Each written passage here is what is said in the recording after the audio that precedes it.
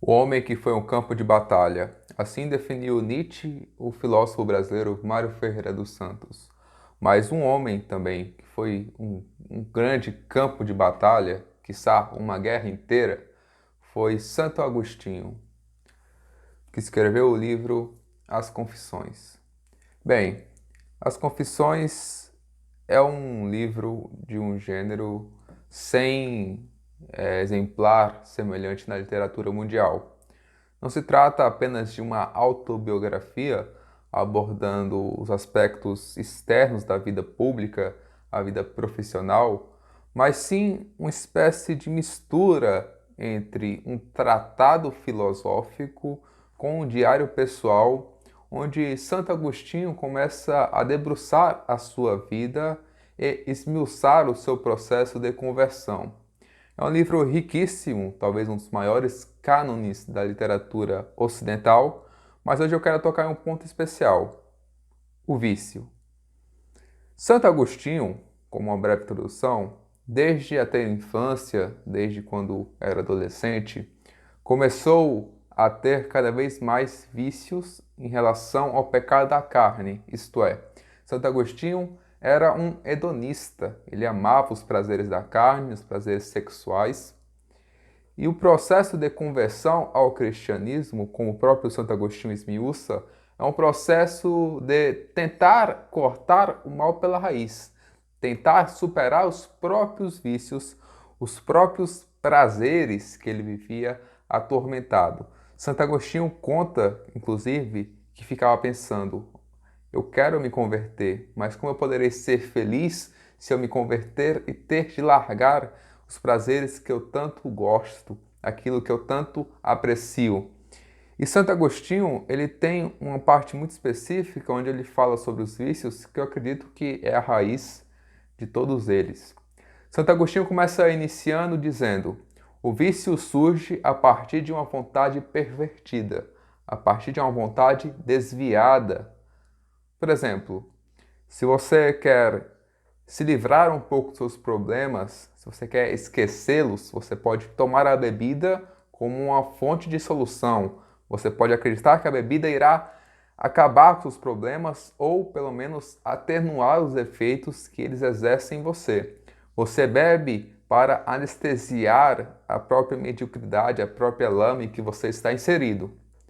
A partir dessa vontade desviada, que é não confrontar os seus problemas de frente, não olhar aos seus problemas e tentar encontrar uma solução, mas sim esquivar deles, mas sim acreditar que eles não existem, mas sim entrar em um sonho, uma espécie de imaginação que evita você confrontar aquele mal que te atemoriza, você começa a recorrer à bebida. A partir dessa vontade desviada, começa a existir um hábito.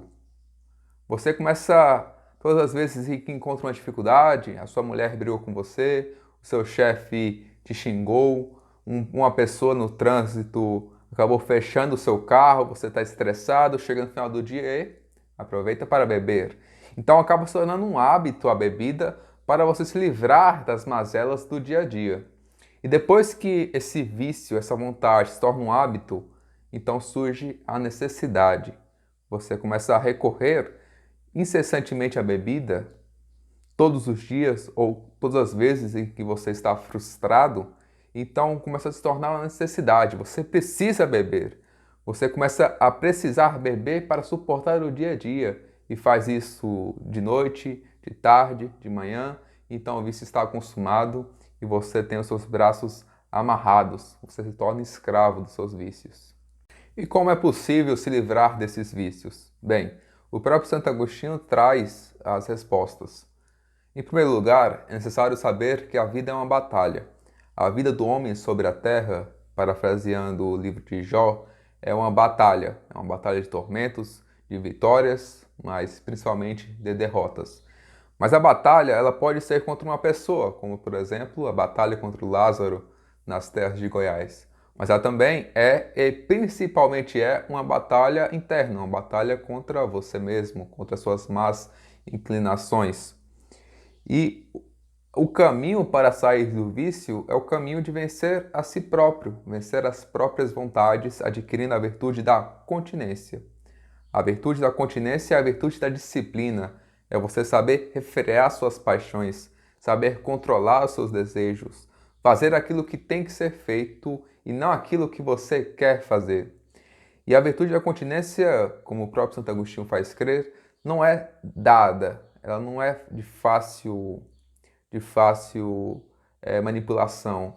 É preciso também recorrer a Deus, é preciso pedir para Ele a virtude da continência, é preciso pedir que você se torne cada vez mais forte, que você se torne cada vez mais resistente às tentações, é preciso clamar para uma ajuda divina. E é interessante perceber como, por exemplo, o, o pecado da carne, o pecado da gula, esses pecados que pegam o homem e o escravizam, como o pecado sexual também, eles são apenas efeitos de uma causa. E a única causa é o amor de si. É o amor para si próprio. Você quer sentir prazer, você quer cada vez mais prazer, você quer se sentir cada vez mais feliz, contente, ainda que essa felicidade e esse contentamento sejam superficiais e efêmeros. Mas você quer. Então, os efeitos dessa causa, elas não se manifestam apenas em um vício. Por exemplo, só o próprio Santo Agostinho, ele não possuía apenas o vício da carne, não era apenas um hedonista que buscava o prazer sexual. Ele também conta que tinha dificuldades para diminuir o prazer em relação à comida. Ele gostava muito de comer, de sentir prazer, então ele já possuía um amor de si, um amor de querer comer cada vez mais coisas gostosas para sentir cada vez mais prazer. Santo Agostinho também foi um professor de retórica, ele queria receber aplausos, queria ser uma pessoa importante no então Império Romano, mas com o tempo ele começou a refrear esse desejo, começou a refrear essa paixão pelo mundo. O que demonstra, e isso é interessante porque é tipo uma pergunta de criança, mas as crianças perguntam hoje em dia para os pais e os pais não sabem responder. Por que fazer jejum? Por que dar esmola? Por que refrear os desejos sexuais? São perguntas que uma criança normalmente pode fazer. Mas pai, mas por que eu preciso fazer um jejum? E a resposta, acredito eu, é controlar a si mesmo, adquirir a virtude da continência, parar de ceder para as próprias tentações, colocar Deus em primeiro lugar. Por quê? Porque se você coloca sempre você em primeiro lugar, se você faz tudo o que você quer e não o que Deus quer que você faça, você acaba atentando contra o primeiro mandamento, que era amar a Deus sobre todas as coisas. Então, quando você está com fome, quando você está querendo fazer uma refeição, mas você diz, não, hoje eu irei fazer jejum, ou não, hoje eu irei comer apenas ovo, ou não, eu tenho apenas 10 reais, mas eu irei dividir esses 10 reais com um mendigo do lado, você está tirando você do primeiro lugar. Você está tirando o amor de si como fundamento de sua vida e colocando outras pessoas no lugar. Então você tira você mesmo do pedestal que se colocou e começa a maltratar um pouco seus desejos, começa a não ceder a primeira mão a todos os seus desejos, começa, enfim, a mortificar os sentidos.